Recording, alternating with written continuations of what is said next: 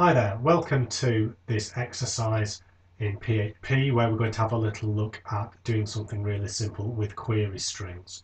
So query strings are an alternative to cookies as a way of passing data between pages, and they have the advantage that cookies can be turned off by the user if they want to in their browser. So there is the potential for your pages not working for a particular user if you use cookies.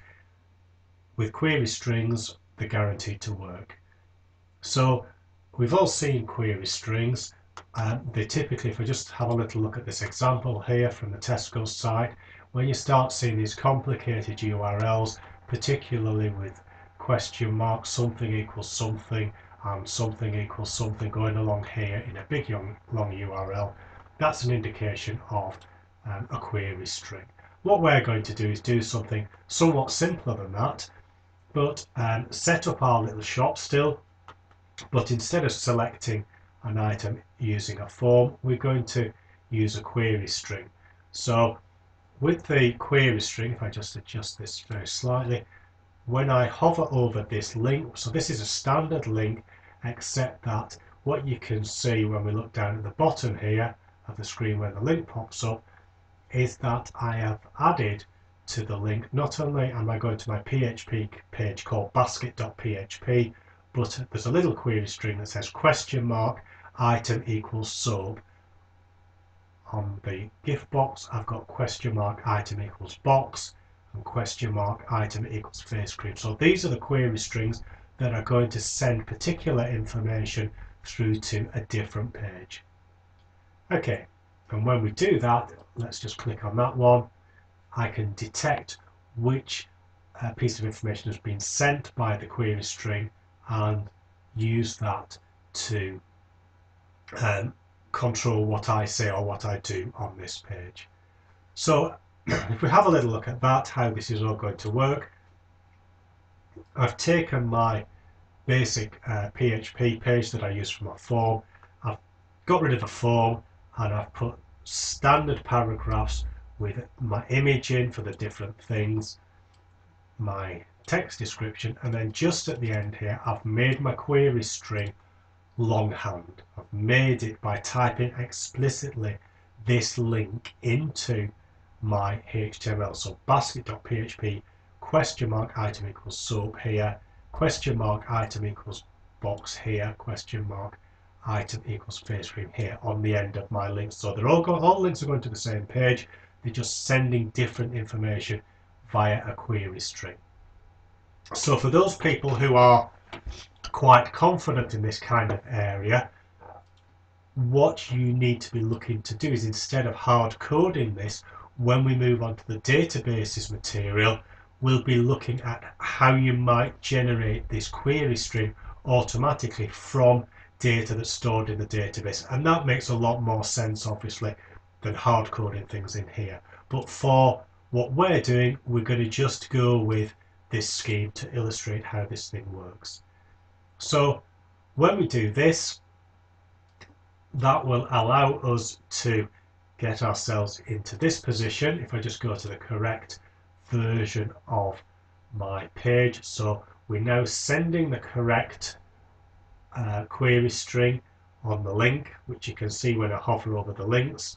What I now need to do is to write my PHP to actually control what to do when in the shopping basket when I get that information. So here I've written the basic landing page, the basket.php page, which is where we're going to arrive, and what I need to do is write a little bit of PHP in here now, and what the PHP is going to do is going to first of all get the item from the query string. Once I've got the item from the query string, I'm going to display the item in the browser. So getting the item from the query string, I hope this is starting to look familiar to you. Now it's actually almost identical to the way we've been operating with forms and almost identical to the way we've been operating with cookies. So the scheme is exactly the same. Here's my variable, $myitem, and I can use $get to get the value from the query string.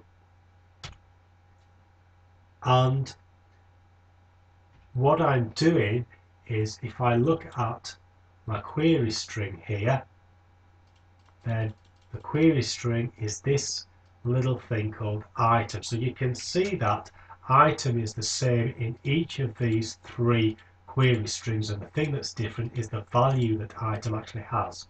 So what I want to do is I want to get item off the query string, and once I've done that, I can echo that to the browser. So what I'm going to do is I'm going to write a simple paragraph that says 1 and then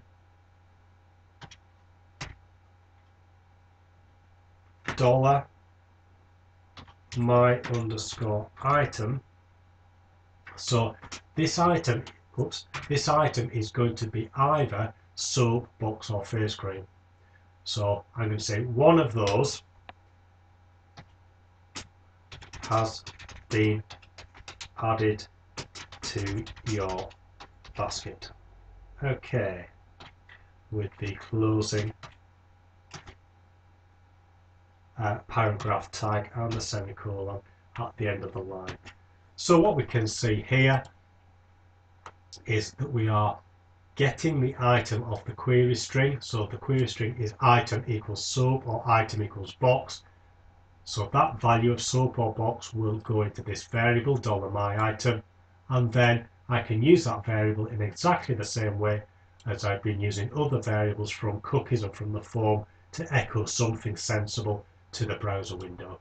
So once I've done that, I can now go back to my example here, click on add to basket, and we can see one soap has been added to your basket.